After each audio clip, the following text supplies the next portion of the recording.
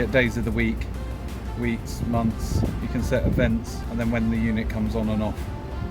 You can then go into the air handling unit and look at how that's performing, your cooling, your fans on, the temperature of your return air, your set temperature of your room. So we want to set it to 20 degrees. And then go into the full settings and look at your room temperature, your supply temperature max, your minimum supply temperature, and then you can set alarm set points. So if your return air goes too high, too low, your supply air goes too low or too high. Your alarm settings, when they appear and why.